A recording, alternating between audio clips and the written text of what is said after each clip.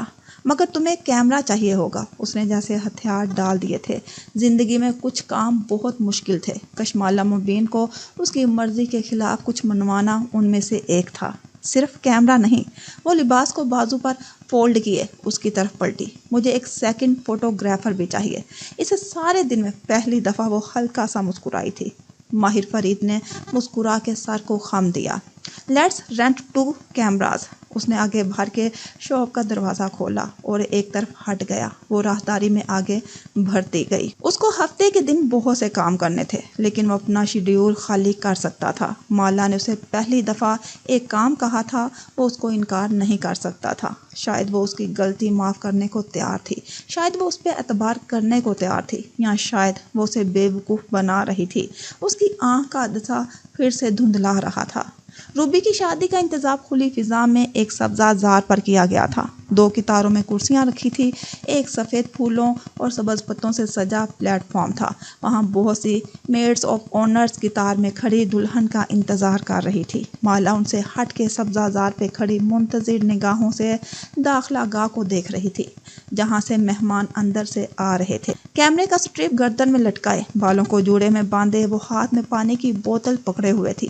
آج موسم قدرے گرم تھا، لیکن یہ وینکوور تھا، چند منٹ میں ٹھنڈ ہو سکتی تھی۔ تم لیٹ ہو۔ جب وہ داخلہ گاہ سے اندر آتا دکھائی دیا تو وہ خفا سے بولی۔ اس نے سفید ہڈی پہن رکھی تھی اور کندھوں پر ایک بیگ پیک تھا، آنکھوں پہ سن گلاسز اور چہرے پر مسکراہٹ۔ خوش قسمتی سے میرے باپ نے میرے لیے فرید ہولڈنگ چھوڑی تھی اور مجھے اس کے کام ختم کرتے کرتے وقت لگ جاتا ہے۔ وہ اس کے عین سامنے آ رکا، آنکھوں سے گلاسز اتارے۔ دھوپ اب ماہر کی پشت پہ تھی۔ اور ہاں، میں کیوں بھول جاتی ہوں کہ تم ایک ویڈنگ فوٹوگرافر نہیں ہو جس کا نام کیف تھا۔ اس نے اپنے کیمرے کو سیدھا کرتے ہوئے ماہر کی جانب سے رخ موڑ لیا۔ وہ اب بھی دھوپ اور اس کے درمیان کھڑا تھا۔ تم مجھے اس سب کے لیے معاف نہیں کر سکتی؟ ماہر فرید نے گہری سانس لے کر افسوس سے پوچھا تھا۔ نہیں۔ اس نے کلائی پر بندھی گھڑی دیکھی۔ روبی ہمارا انتظار کر رہی ہوگی۔ وہ آگے بڑھ گئی اور تب وہ بولا، آئی ایم سوری۔ مالا نے پلٹ کے اسے دیکھا۔ اب وہ دھوپ کی طرف تھی اور وہ سائے میں۔ وہ اس کا چہرہ ٹھیک سے نہیں دیکھ سکتی تھی۔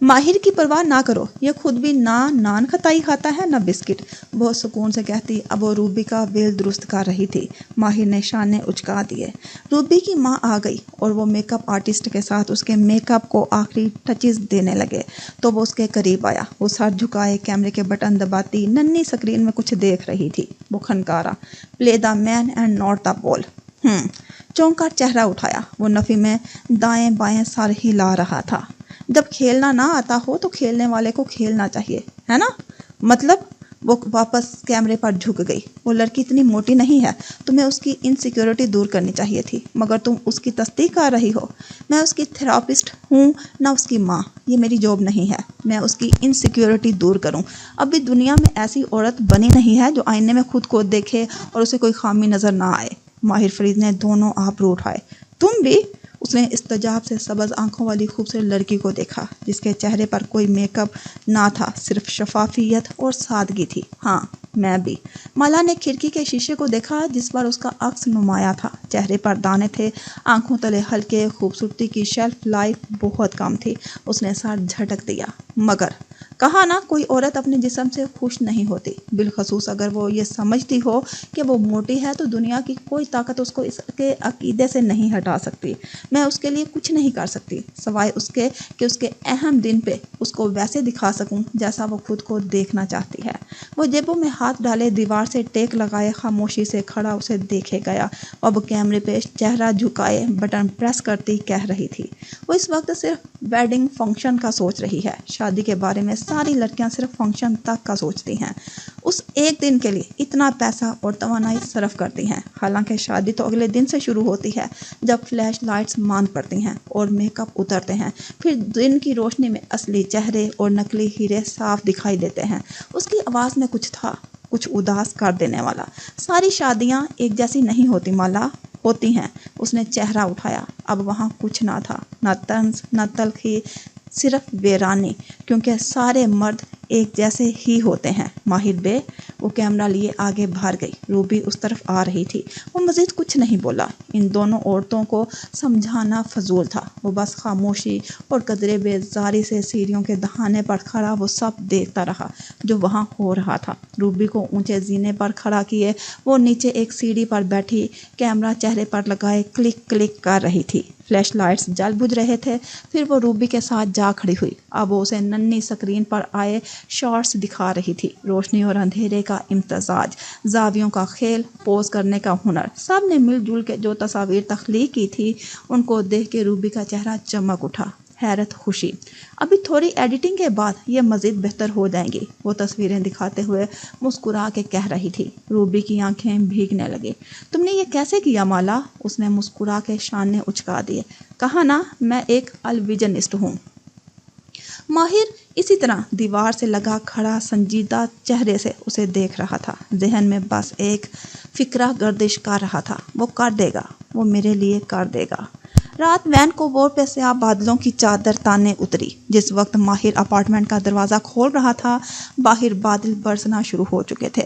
وہ چابیاں ریک میں لٹکاتا جوتے اتارنے لگا، پھر ننگے پیر فرش پر چلتا آگے آیا اور قدرے بیزاری سے کیمرے کا سٹرپ گردن سے نکالا، بیک پیک ایک طرف پھینکا، وہ نیچے جا گرا۔ ماہر نے گہری سانس لی، جھک کے بیک پیک اٹھایا اور درست کر کے رکھا، پھر بتیاں روشن کی۔ یہ اس کا سیاہ سفید سا اپارٹمنٹ تھا، اس اپارٹمنٹ سے ملتا جلتا جس میں وہ استنبول میں رہتا تھا۔ 2 رنگوں کا ڈیکور، دنیا سے باقی سارے رنگ جیسے ختم ہو گئے تھے۔ وہ یہ کر دے گا، وہ یہ میرے لیے ایسا کر دے گا۔ کھڑکیوں پہ تر بوندیں گر رہی تھی۔ باہر بالکنی کی ریلنگ بھی بھیگ چکی تھی۔ وہ باہر آ کھڑا ہوا اور بازو ریلنگ پر رکھ کے دور نیچے پھیلی رات دیکھنے لگا۔ وہ کر دے گا، وہ میرے لیے کر دے گا۔ وہ الفاظ تھے یا کوئی پگھلا ہوا سیسا؟ ماہر نے آنکھیں بند کی۔ آسمانوں سے برستا پانی اس پر گرتا رہا، بال، چہرہ، ہڈی سب بھیگتا جا رہا تھا، لیکن اندر لگی آگ کسی صورت بجھ نہیں پا رہی تھی۔ اسے کسی سے بات کرنی تھی۔ وہ واپس اندر آیا تو گیلے پیروں کے نشان لکڑی کے فرش پر بنتے گئے۔ اس نے نم ہاتھ سے موبائل اٹھایا اور کانٹیکٹ لسٹ کھولی۔ یاسمین، فرشتے کے لفظ پہ وہ رک گیا۔ اوہ نو، وہ یاسمین سے بات نہیں کر سکتا تھا۔ اس نے ماہر کو مالا کی زندگی میں واپس جانے اور اسے کنفیوز کرنے سے منع کیا تھا، لیکن وہ کنفیوز نہیں ہوئی تھی۔ وہ واپس اسی شخص کے پاس جا رہی تھی جس سے وہ اتنی مشکل سے پیچھا چھڑا کے نکلی تھی۔ اس وقت اس میں یاسمین کی ڈانٹ سننے کا حوصلہ نہ تھا۔ وہ کانٹیکٹ لسٹ نیچے کرتا واپس بالکنی تک آیا۔ گیلے قدموں کے نشان اس کے ساتھ باہر تک آئے۔ بیئر بو سے بات کرنا فضول تھا، وہ ان معاملات میں اچھا ہوتا تو آج سنگل نہ ہوتا۔ وہ بالکنی میں شیڈ تلے رکھی کرسی پہ بیٹھا اور پیر کھینچی صورت میز پر رکھ لیے۔ ٹھنڈی ہوا گیلے بالوں سے ٹکراتی رہی، لیکن اس وقت اسے ٹھنڈ نہیں لگ رہی تھی۔ سبرینا؟ اوہ نو، وہ زیاد کی سابقہ محبت تھی اور وہ مالا کو ناپسند کرتی تھی، بالکل ایسے جیسے مالا سبرینا کو ناپسند کرتی تھی۔ اندھیر بالکنی میں سر جھکائے بیٹھا ماہر ایک کے بعد ایک نمبر دیکھ رہا تھا۔ موبائل کی نیلی روشنی چہرے کو چمکا رہی تھی۔ وہ کس سے بات کرے جو اس کی بات سمجھ سکے؟ اسے نہیں چاہیے تھی حلال کے لیے اس کی قربانی۔ اسے ضیاء سلطان سے ایسی کوئی ڈیل نہیں کرنی تھی۔ وہ کس سے بات کرے جو اس کو الزام نہ دے بلکہ اس کو مسئلے کا حل بتائے، وہ جو اس کو جج نہ کرے، وہ جس پہ اسے یہ بھروسہ ہو کہ اس کے لیے وہ کرے گا جو وہ چاہتا ہو۔ ایک نمبر پر اس کا انگوٹھا ٹھہر گیا۔ صرف ایک شخص تھا جس کے پاس وہ تب جاتا تھا جب سارے دروازے بند ہو جاتے تھے۔ اس نے کال کا بٹن دبایا۔ یہ طے تھا چاہے اسے پسند ہو یا نہ ہو، لیکن ماہر فرید کو ہمیشہ اسی کے پاس واپس جانا پڑتا تھا۔ ہیلو؟ عبد المالک فرید کی سرد بے تاثر سی آواز سپیکر پہ سنائی دی۔ مجھے تمہاری مدد چاہیے، میں سن رہا ہوں۔ اس نے گیلے بال انگلیوں سے پیچھے کیے، پہلو بدلا۔ یہ ہمیشہ مشکل ہوتا تھا۔ میں نے مالا سے کہا تھا کہ وہ حلال کو ڈھونڈنے میں میری مدد کرے۔ وہ خاموشی سے سنے گئے۔ زیاد جانتا ہے کہ وہ کہاں ہے؟ مجھے لگا شاید وہ زیاد سے پوچھ سکے۔ یا وہ اٹھ کھڑا ہوا۔ بالکنی کے سرے پر شیڈ ختم ہوتا تھا اور وہاں بارش کا پانی تر تر برس رہا تھا۔ وہ پانی اور خشکی کی سرحد پہ آن رکا۔ آج اس نے کہا کہ زیاد حلال کو واپس کر دے گا۔ کیوں؟ اس کے لیے، مالا کو واپس حاصل کرنے کے لیے۔ وہ ایک ہتھیلی پھیلا کے ریلنگ تک لے گیا۔ پانی کی بوچھار ہتھیلی سے ٹکرائی، تر تر تر جیسے گولیاں سی برس رہی ہوں۔ تم کیا چاہتے ہو؟ مجھے اس کی قربانی نہیں چاہیے۔ ایک زندگی کو بچانے کے لیے دوسری برباد نہیں کرنی۔ وہ ایک حیوان ہے۔ وہ اس کے پاس واپس چلی گئی تو وہ اسے مار دے گا۔ یہ بات تم نے اس سے کہی؟ اس نے کبھی میری بات مانی ہے؟ تم کیا چاہتے ہو؟ وہ ایک دفعہ پھر اپنی زندگی خراب کر لے گی۔ وہ دوبارہ اس سے پیچھا کیسے چھڑا؟ تم کیا چاہتے ہو؟ انہوں نے تم پر زور دیا۔ ماہر نے گہری سانس لی، ہتھیلی واپس کھینچ لی۔ ٹھنڈی ہوا سے گیلے بال اور لباس سوکھنے لگے تھے۔ میں زیاد سے ملنا چاہتا ہوں، لیکن وہ مجھے اس سے ملنے نہیں دینا چاہتی۔ تمہیں اس کی اجازت چاہیے؟ نہیں، اسی لیے تمہیں کال کر رہا ہوں۔ وہ ہلکا سا مسکرایا۔ تم مجھے ضیاء سلطان کو ڈھونڈ کے دو گے؟ اس کی ماں وینکوور میں کسی ہاسپٹل میں ایڈمٹ ہے، اس سے ملنے آتا ہوگا۔ مجھے اس ہاسپٹل کا نام وغیرہ معلوم کر دو، آگے میں اسے ڈھونڈ لوں گا۔ شور، بلا تعمیل کہہ کے مالک فرید نے کال کاٹ دی۔ ماہر نے گہری سانس لے کر چہرہ اٹھایا۔ ریلنگ کے پاس سیاہ رات اسی طرح بھیگ رہی تھی۔ بالآخر اس کے جلتے دل پہ بوچھار گرنے لگی تھی۔ اسے صبح مالا کی آنکھ فون کی تیز گھنٹی سے کھلی تھی۔ اس نے دھیرے سے آنکھیں کھولی۔ وہ کہاں تھی؟ پلکیں جھپکائی، منظر واضح ہوا۔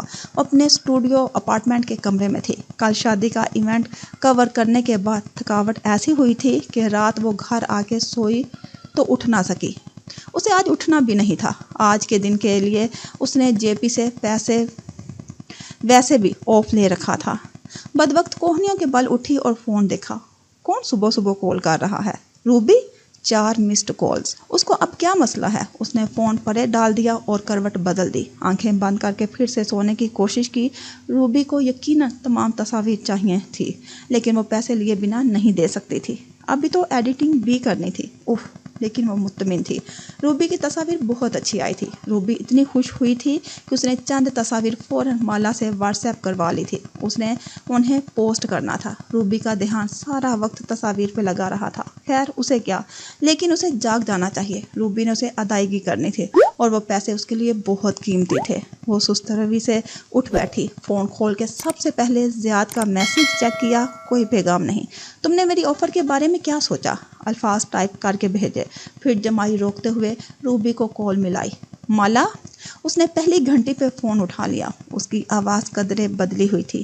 ہیلو روبی، میں سو رہی تھی جب تم نے میرے ساتھ کیا کیا؟ وہ اتنی زور سے چلائی تھی کہ الفاظ اس کے منہ میں رہ گئے۔ ساری نیند آنکھوں سے بھگ سے اڑ گئی۔ وہ تیزی سے اٹھ بیٹھی۔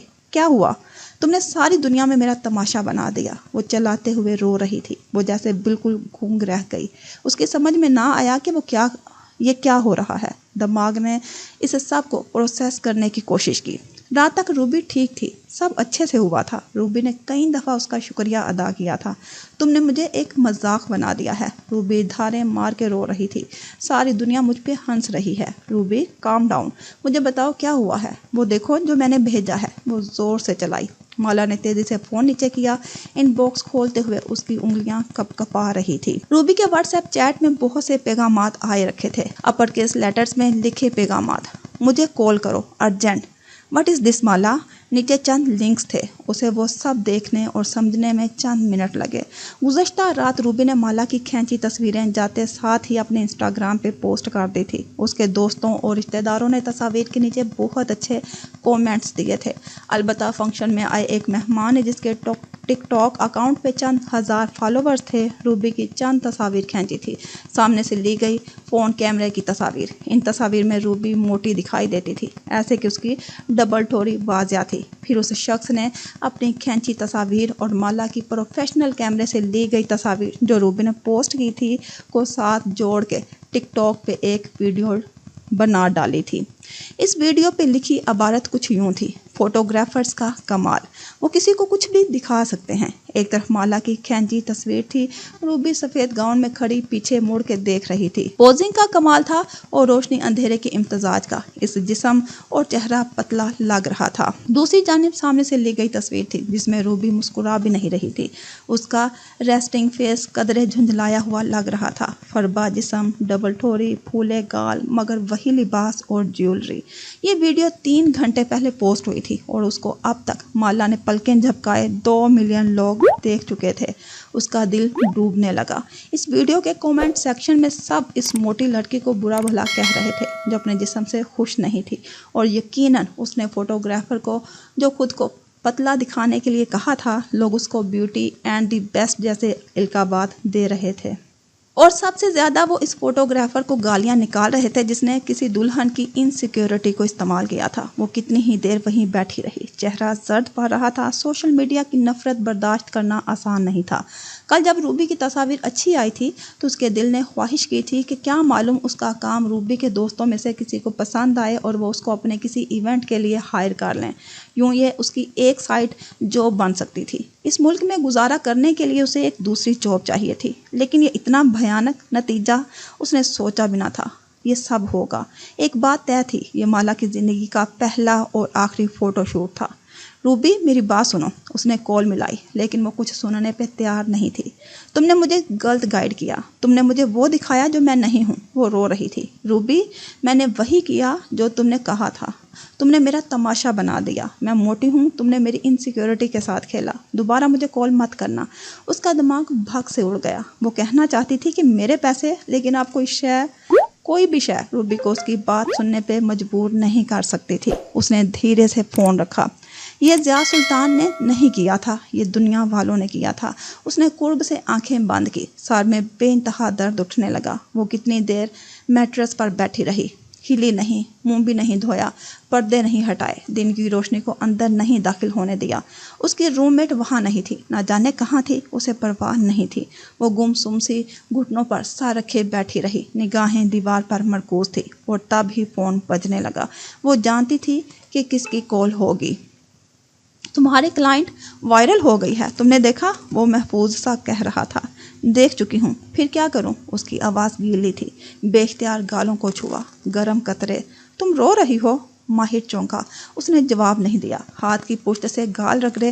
وہ بھی چند لمحے کے لیے خاموش ہو گیا۔ اس نے مجھے کال کی، وہ رو رہی تھی، میں نے اس کا دن برباد کر دیا، اور اس نے تمہارا۔ تم اندر سے خوش ہو رہے ہوگے، تمہیں وہ سب پسند نہیں آیا تھا۔ وہ دھیرے سے ہنس دیا۔ وہ فون کان سے لگائے اپنے سفید کچن میں کھڑا گرینڈر میں کافی بینز ڈال رہا تھا۔ اگر یہ تمہارا بزنس ماڈل ہے تو مجھے اس پہ اعتراض کرنے کا حق نہیں، وہ صرف میری رائے تھی، لیکن میں نے اس کو ایک میم بنا دیا۔ اس نے آنکھیں بند کر کے کن پٹی مسلی، سر درد سے پھٹ رہا تھا۔ میری فیلڈ میں کئی دفعہ ایسا ہوتا ہے کہ کانٹریکٹ کرنے کے بعد میں کلائنٹ کی ڈیمانڈ کے مطابق ڈیزائن بناتا ہوں۔ وہ سر جھکائے کافی مشین کو دیکھ رہا تھا جس سے نکلتی بھوری دھواں دھار کپ میں گر رہی تھی، لیکن کلائنٹ تب تک اپنا ذہن بدل چکا ہوتا ہے، اسے وہ ڈیزائن پسند نہیں آتا۔ پھر تم کیا کرتے ہو؟ میں وہی کرتا ہوں جو مجھے میرے باپ نے سکھایا تھا، وہ ایک چیز جو ایک اچھا بزنس مین بننے کے لیے چاہیے ہوتی ہے۔ وہ خاموشی سے سنے گئی۔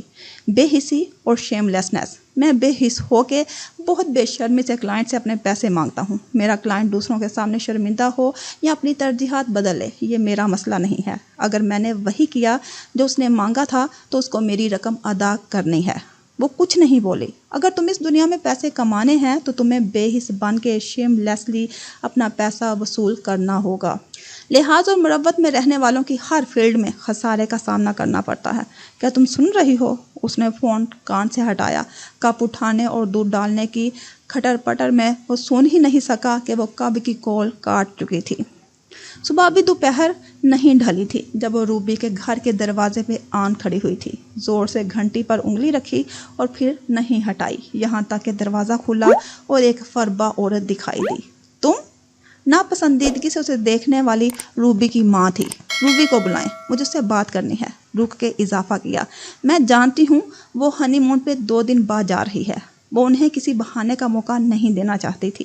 خاتون گھورتے ہوئے ایک طرف ہٹ گئی۔ وہ تیز قدموں سے ان کے پیچھے سیڑھیاں چڑھنے لگی۔ لمبی ٹرنچ کوٹ پہنے، بال کیچر میں باندھے، کراس باڈی بیگ ایک کندھے پر لٹکائے، وہ گردن دائیں بائیں گھما کے اسے تلاش کرنے لگی اور پھر وہ اسے دکھائی دے گئی۔